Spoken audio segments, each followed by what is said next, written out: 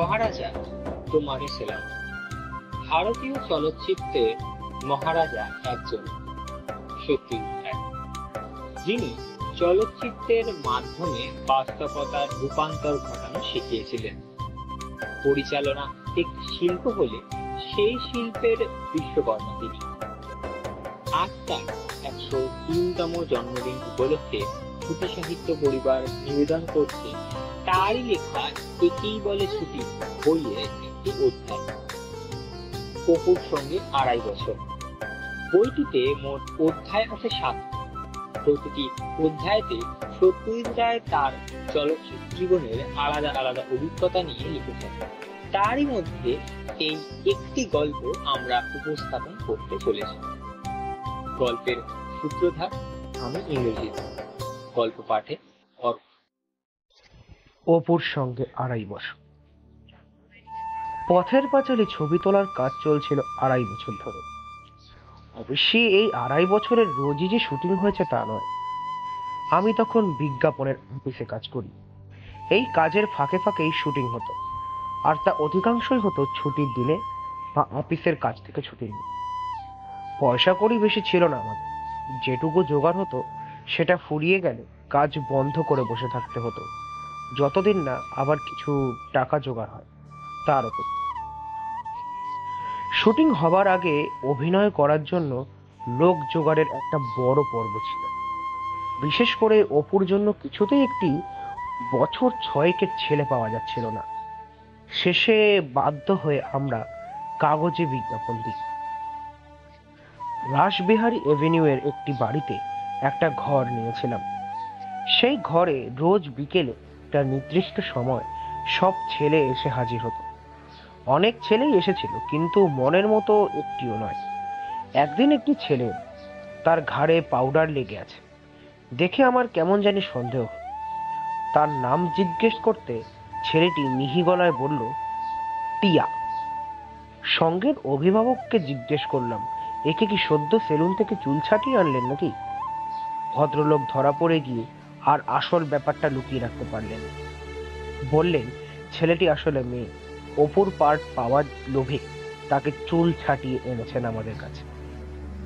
বিজ্ঞাপন দিয়ে ছেলে না পাওয়ার ফলে আমাদের প্রায় হাল ছেড়ে দেওয়ার অবস্থা হয়েছিল।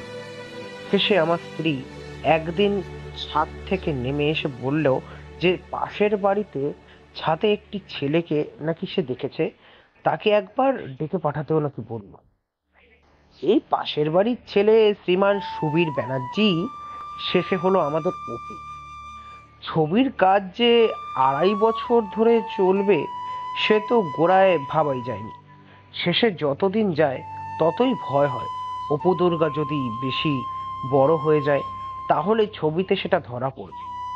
কিন্তু ভাগ্য ভালো, এই বয়সে যতটা বাড়ার কথা দুজনের একজনও ততটা বাড়েনি।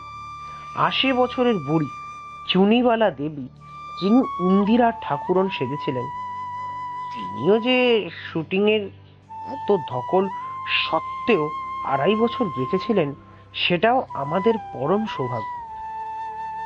শুটিং এর একেবারে শুরুতেই হলো গোলমাল।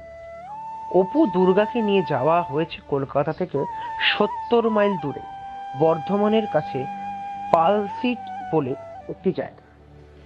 সেখানে রেল লাইনের ধারে কাশ ফুলে ভরা মাঠ।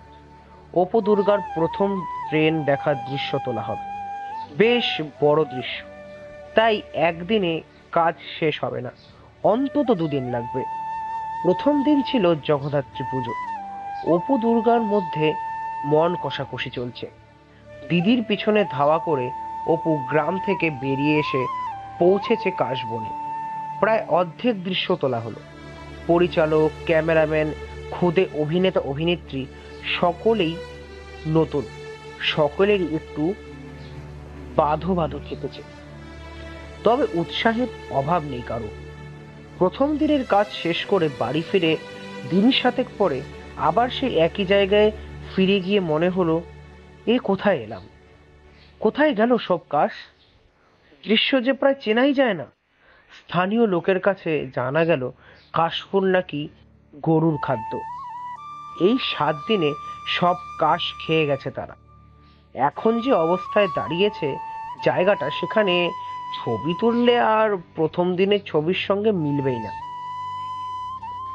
এ দৃশ্যের বাকি অংশ তোলা হয়েছিল পরের বছরের শরৎকালে, যখন আবার নতুন কাশে মাঠ ভরে গেছে।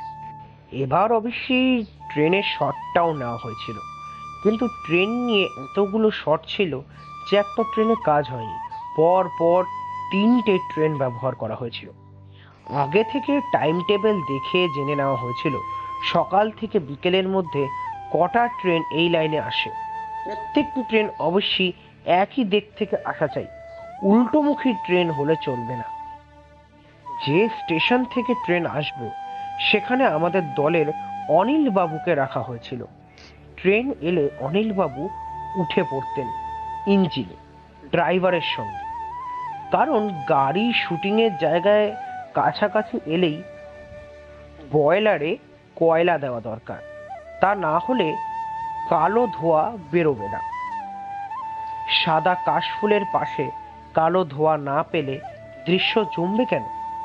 ফিল্মে যখন দৃশ্যটা দেখা যায় তখন বোঝাই যায় না যে দিনে 3টে বিভিন্ন সময় 3টে আলাদা ট্রেন ব্যবহার করা হয়েছে। আজকের ডিজেল ইলেকট্রিকের যুগে অবশ্যই এ দৃশ্য এভাবে তোলা যেত না। পয়সার অভাবে এত বেশি দিন ধরে ছবি তোলার জন্য আরো অনেক সমস্যায় পড়তে হয়েছিল আমাদের। একটা উদাহরণ, বইয়ে আছে অপু দুর্গাদের পোষা কুকুর হুলোর কথা। গ্রাম থেকেই একটা কুকুর জোগাড় হয়েছিল, সেটা আমাদের সকলেরই বেশ পোষ মেনে গিয়েছিল। ছবির একটা দৃশ্যে অপুর মা সর্বজয়া অপুকে ভাত খাওয়াচ্ছেন। হুলো দাওয়ার সামনে উঠোনে বসে খাওয়া দেখছে। অপু হাতে তীর ধনুক খাওয়ায় তার বিশেষ মন নেই, সে মার দিকে পিঠ করে বসেছে। কখন আবার তীর ধনুক নিয়ে খেলবে তারই অবস্থা। অপু খেতে খেতেই তীর ছোড়ে, তারপর খাওয়া ছেড়ে উঠে যায় তার তীর আনতে। সর্বজয়া বা হাতে থালা, ডান হাতে গ্লাস নিয়ে ছেলের পিছনে ধাওয়া করে, কিন্তু ছেলের ভাব দেখে বোঝে সে আর খাবে না। ভুলেও উঠে পড়েছে, তার লক্ষ্য ভাতের থালার দিকে। এর পরের শটে দেখানো হবে সর্বজয়া বাকি ভাতটুকু আস্তা কুড়ে ফেলে দেয়, আর যেটা যায় ভুলোর পেট। কিন্তু এই শটটা আর নেওয়া গেল না। দিনের আলো ফুরিয়ে গেল, আর সেই সঙ্গে আমাদের টাকাও। মাস 6 পরে টাকা সংগ্রহ হলে আবার বোরাল গ্রামে যাওয়া হয় দৃশ্যের বাকি অংশ তোলার জন্য, কিন্তু গিয়ে জানা গেল ভুলো আর নেই। এই 6 মাসের মধ্যে সে কুকুরটি মারা গেছে। তাহলে কি হবে? খবর পাওয়া গেল আর একটা কুকুর আছে, অনেকটা ভুলোর মতোই দেখতে। আনো ধরে সে কুকুরকে। সত্যিই তো 2 কুকুরের আশ্চর্য মিল, গায়ে বাদামি রঙে তো বটেই, সেই সঙ্গে আগেরটার মতো এটারও লেজের ডগা সাদা। শেষ পর্যন্ত এই নকল ভুলোই সর্বজয়ার পিছন পিছন এসে দিব্যি আস্তাগুঁড়ো ফেলা থালার ভাত খেয়ে ফেলল, আর আমাদেরও পুরো দৃশ্যটা তোলা হয়ে গেল। ফিল্ম দেখে ফাঁকি ধরে কার সাধ্যি? শুধু কুকুর কেন, মানুষকে নিয়েও এই মুশকিলে পড়তে হয়েছিল পথের পাঁচালীর শুটিংয়ে। চিনিবাস ময়রার কাছ থেকে মিষ্টি কেনার সামর্থ্য অপু দুর্গার নেই, তাই ময়রার পিছন ধাওয়া করে তারা যায় মুখজ্জদের বাড়িতে। মুখজ্জরা বড় লোক, তারা মিষ্টি কিনবেই, আর তাই দেখেই অপু দুর্গার আনন্দ। এই দৃশ্য খানিক দূর তোলার পর আমাদের শুটিং বেশ কয়েক মাসের জন্য বন্ধ হয়ে গেল। টাকা জোগাড় হলে পর আবার যখন আমরা গ্রামে যাব, তখন খবর এলো যিনি চিনিবাসের ভূমিকায় অভিনয় করেছেন তিনি আর এই জগতে নেই।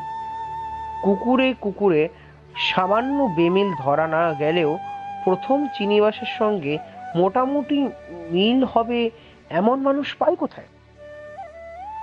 শেষ পর্যন্ত যাকে পাওয়া গেল তার মুখে বিশেষ মিল না থাকলেও দেহটা মোটামুটি আগের চিনিবাসের মতোই নাদুস নুদুস।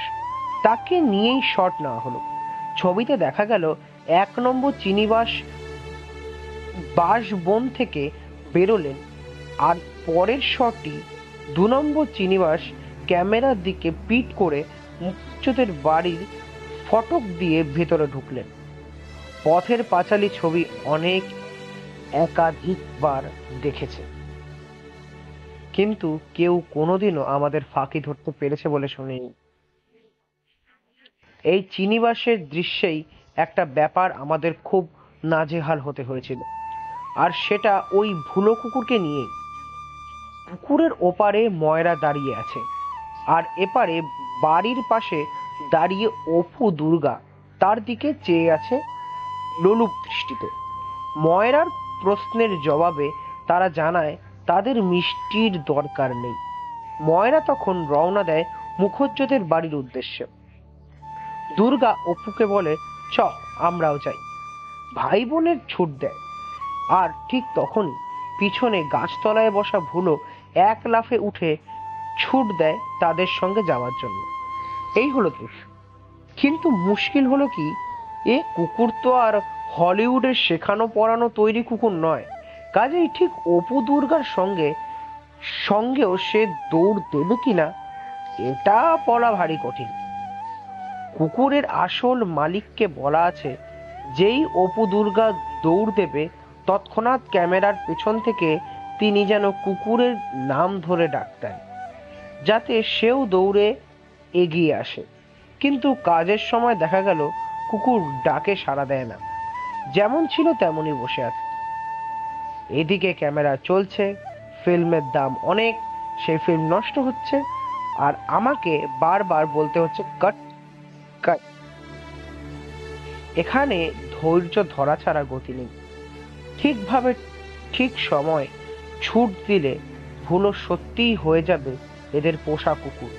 মিষ্টির প্রতি যার লোভ তার মনিবদের চেয়ে কিন্তু কম নয়। এই পয়সার অভাবেই আমাদের বৃষ্টির দৃশ্য তুলতে প্রচন্ড অসুবিধা হয়েছিল। বর্ষাকাল এলো গেল, অথচ আমাদের হাত খালি বলে শুটিং বন্ধ।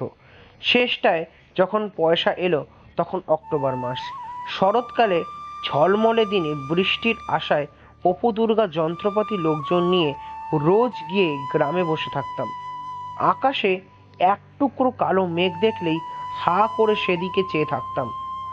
যদি সেটা জাদু বলে আকাশ ছেয়ে ফেলে, বৃষ্টি নামিয়ে দেয়। শেষে একদিন তাই হলো। শরৎকালে ঘন ঘটা করে নামলো তুমুল বৃষ্টি। তারই মধ্যে দুর্গা বৃষ্টিতে ভিজে দৌড়ে এসে কুল গাছতলায় ভাইয়ের পাশে আশ্রয় নিল। ভাই বোনে জড়াজড়ি করে বসে আছে। দুর্গা বিড়বিড় করছে, লেবুর পাতা গরম চা, হে বৃষ্টি ধরে যা। শরৎকালের বৃষ্টিতে রীতিমতো ঠান্ডা। অপুর খালি গা। অ্যালক্যাথিনের ছাউনিতে ঢাকা ক্যামেরায় চোখ লাগিয়ে দেখছি সে ঠক ঠক করে কাঁপছে। শটের পরে দুধের সঙ্গে ব্র্যান্ডি খাইয়ে ভাই বোনের শরীর গরম করা হলো। অবশ্যই দৃশ্যটা যে ভালোই হয়েছিল সেটা যারা ছবিটা দেখেছে তারাই জানে। কাজের পক্ষে কিন্তু গোপাল নগরের চেয়ে বোড়াল গ্রামে আমাদের বেশি উপযোগী বলে মনে হল। অপু দুর্গার বাড়ি, অপুর পাঠশালা, গ্রামের মাঠঘাট, ডোবা পুকুর, আম বন, বাঁশবন সবই বোড়ালের মধ্যে বা আশেপাশে পাওয়া গিয়েছিল। এখন সে গ্রামে বিজলি এসে গেছে, পাকা বাড়ি, পাকা রাস্তা হয়েছে। তখন সেরকম ছিল না। এই গ্রামে আমাদের বহুদিন ধরে বহুবার যেতে হয়েছে, তাই সেখানকার লোকজনের সঙ্গেও যথেষ্ট আলাপ হয়ে গিয়েছিল। তাদের মধ্যে একজন ছিলেন ভারী অদ্ভুত চরিত্র। একে আমরা সুবোধদা বলে ডাকতাম। বছর 60-65 বয়স, মাথায় টাক, একা একটি কুঁড়ে ঘরে থাকত, আর দাওয়ায় বসে আপন মনে বিড়বিড় করে। আমরা ফিল্ম তুলতে এসেছি জেনে প্রথম দিকে তিনি মোটেই প্রসন্ন ছিলেন না। আমাদের দেখলেই হাঁক দিতেন, ফিল্মের দল এসে বললাম নিয়ে লাফিয়ে পড়ো। খোঁজ নিয়ে জেনেছিলাম এর মাথায় ছিট আছে। পরে অবশ্যই সুভদ্রার সঙ্গে আমাদের বেশ আলাপ হয়ে গেল। আমাদের ডেকে দাওয়ায় বসিয়ে বেহালায় যাত্রার গদ বাজিয়ে শোনাতেন, আর মাঝে মাঝে কানের কাছে মুখ এনে ফিসফিস করে বলতেন, ওই যে দেখছো সাইকেলে যাচ্ছে, ও কে জানো তো? ও হলো রুজভেল্ট মহাবাজি, আর একজন হলো চার্চিল, আর একজন হিটলার, আর একজন খান আব্দুল গুফর খা। সকলেই বাজি, সকলেই সুভদ্রার শত্রু।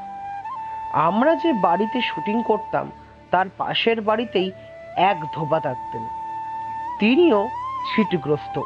তাকে নিয়ে আমাদের মুশকিলই হতো, কারণ তার বাতিক ছিল হঠাৎ হঠাৎ হে বন্ধুগণ বলে তারপরে দীর্ঘ রাজনৈতিক বক্তৃতা শুরু করা। অন্য সময় আপত্তি নেই, কিন্তু শটের মাঝখানে এই বক্তৃতা শুরু হলে আমাদের সাউন্ডের দফারফা হয়ে যায়। তার বাড়ির লোকেরা এ ব্যাপারে সাহায্য না করলে আমাদের সমস্যাই থেকে যেত। যে বাড়িতে শুটিং হতো সেটা আমরা পেয়েছিলাম জীর্ণ জংলা অবস্থায়। বাড়ির মালিক থাকতেন কলকাতায়, তার কাছ থেকে মাসিক ভাড়া দিয়ে বাড়িটা আমরা ব্যবহারের জন্য নিয়েছিলাম। সেটাকে সংসার করে আমাদের কাজের উপযোগী করে নিতে আমাদের লেগেছিল প্রায় 1 মাস। বাড়ির একটা অংশে সার বাঁধা পাশাপাশি কয়েকটা ঘর ছিল যেগুলো আমরা ছবিতে দেখাইনি। সেগুলিতে আমাদের মালপত্র রাখা হতো, আর একটা ঘরে তার যন্ত্র সমেত বসতেন আমাদের সাউন্ড রেকর্ডিস্ট ভূপেন বাবু। তাকে আমরা দেখতে না পেলেও তার গলা শুনতে পেতাম। প্রত্যেকটা শটের পর আমরা হাঁক দিয়ে জিজ্ঞেস করতাম সাউন্ডটা ঠিক আছে কিনা। ভূপেন বাবু জবাবে হ্যাঁ কি না জানিয়ে দিতেন। একদিন একটা শটের পর যথারীতি প্রশ্ন করাতে কোনো জবাব পেলাম না। আবার জিজ্ঞেস করলাম সাউন্ডটা ঠিক আছে কিনা ভূপেন বাবুকে। এবারও কোনো উত্তর না পেয়ে কারণটা জানার উদ্দেশ্যে তার ঘরে ঢুকে দেখি একটি বিরাট গোখরো সাপ ঘরের পিছন দিকের জানলা দিয়ে ঢুকে মেঝেতে নামছে। সেই সাপ দেখে সভাপতি ভূপেনবাবুর কথা বন্ধ হয়ে গেছে। এই সাপটা আমরা আসার কয়েকদিনের মধ্যেই দেখেছিলাম। ইচ্ছে সত্ত্বেও স্থানীয় লোকে নিষেধ করাতে সেটাকে মারতে পারিনি। সাপটা নাকি বাস্তু সাপ, বহুদিন থেকেই এই পোড়ো বাড়িতে বসবাস করছে। এতক্ষণ শুনছিলেন একেই বলে শুটিং বইয়ে কুকুর সঙ্গে 2.5 বছর। গল্পটি ভালো লাগলে আজ আমাদের জন্য মহারাজ সত্যজিৎ রায়ের জন্য একটি লাইক করুন। এই ভিডিওটি তার অনবদ্য এবং অসামান্য লেখার জন্যই আমরা যেটুকু পেয়েছি। সকলেই ভালো থাকবেন। দেখা হচ্ছে নতুন কোনো গল্প নিয়ে। ধন্যবাদ।